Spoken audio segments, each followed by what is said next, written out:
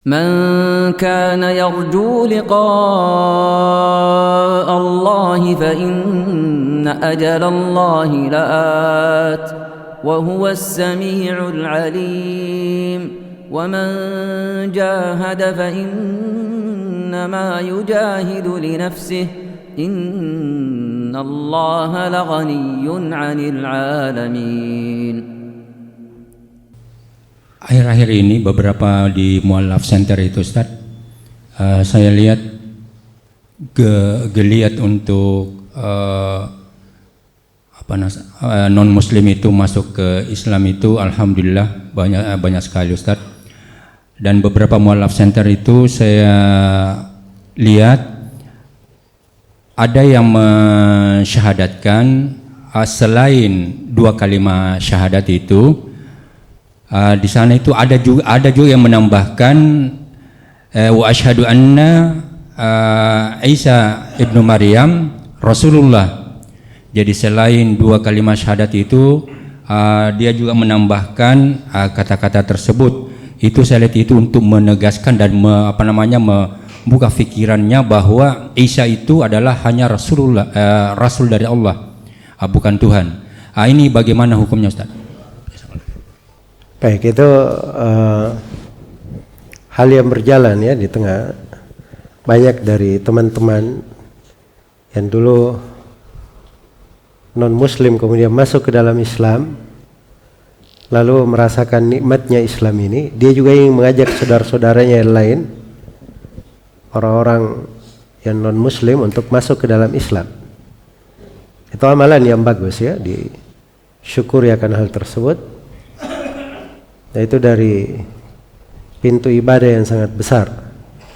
Diriwayatkan oleh Al-Bukhari dan Muslim dari Sahal bin Sa'ad As-Sa'idi radhiyallahu anhuma, ketika Rasulullah sallallahu alaihi wasallam mengutus Ali bin Abi Thalib radhiyallahu anhu, beliau berpesan kepadanya, la yahdiyallahu bika rajulan wahidan khairul laka min humrin na'am. Andai kata Allah memberi hidayah kepada seorang disebabkan karena kamu yang menjadi sebab orang ini masuk Islam, dapat hidayah, dapat petunjuk. Ya, ini lebih luas ya. Misalnya dia tadinya tidak belajar, kemudian belajar. Kamu yang menjadi sebab dia dapat hidayah, maka itu lebih baik bagimu daripada unta-unta merah. Unta-unta merah itu bahasa orang Arab membahasakan hartanya yang paling mahal. Kalau bahasa bebasnya itu lebih baik daripada dunia dan segala isinya. Iya. Maka itu pintu ibadah yang bagus. Hanya saya banyak kekeliruan yang terjadi dan ini perlu diingatkan. Karena hidayah itu ada dua. Ada hidayah kepada jalan dan ada hidayah di atas jalan. Hidayah kepada jalan, itulah hidayah seorang diajak atau mendapat petunjuk dari Allah untuk berada di atas jalan Islam. Begitu dia sudah di atas jalan Islam, dia perlu hidayah yang kedua, supaya dia teguh di atas jalan, bisa berjalan dengan benar. Iya. Makanya jangan cuma semangat mengajak saya masuk ke dalam Islam, kemudian tidak semangat di dalam melanjutkan kebaikan dalam bentuk mendidik orang-orang yang masuk ke dalam Islam itu dengan keislaman. Iya, orang yang sudah masuk Islam saya perlu dididik, disabarkan untuk menjalankan amalan-amalan keislaman. Tentunya orang yang baru masuk Islam lebih perlu untuk hal tersebut. Ya, sangat perlu untuk hal tersebut. Iya. Jadi kalau misalnya ada yang menambahkan dalam syahadat, selain daripada syahadat dia berkata asyhadu an la ilaha illallah wa asyhadu anna muhammadar rasulullah, kemudian dia tambahkan wa asyhadu anna Isa abdullahi wa rasuluh, dan saya bersaksi bahwa Nabi Isa adalah hamba Allah dan Rasulnya. Ya, dari sudut makna itu tidak ada masalah ya, dari sudut makna. Tapi dari sudut amalan Rasulullah SAW itu tidak dilakukan oleh Nabi SAW. Karena orang-orang yang masuk ke dalam Islam dari kaum musyrikin, penganut ahlul kitab, itu tidak ada yang diperintah oleh Nabi SAW membaca lebih dari 2 kalimat syahadat.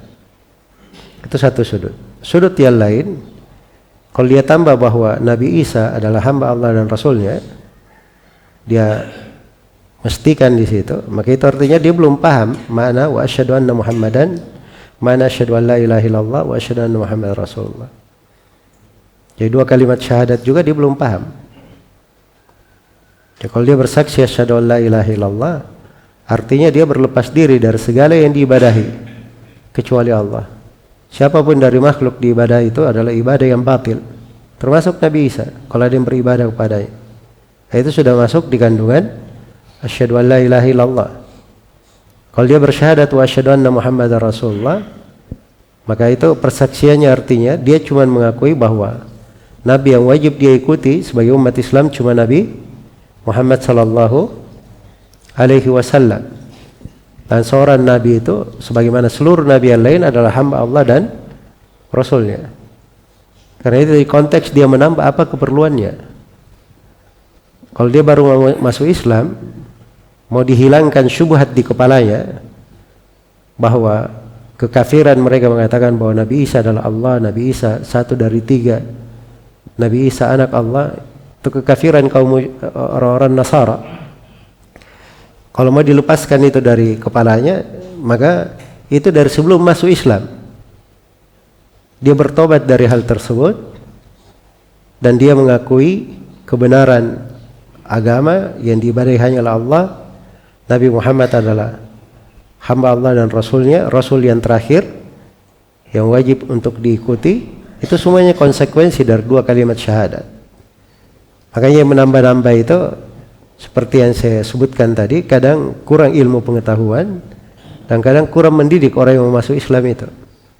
Dia tidak pahamkan. Jadi kalau dia sudah paham syahadat la ilaha illallah Muhammadar Rasulullah, maka dia sudah mengerti tentang kedudukan Nabi Isa itu apa, sebagaimana para nabi dan rasul juga yang lainnya itu apa. Hanya tadi saya katakan bahwa dari sudut konteks makna tidak ada yang keliru.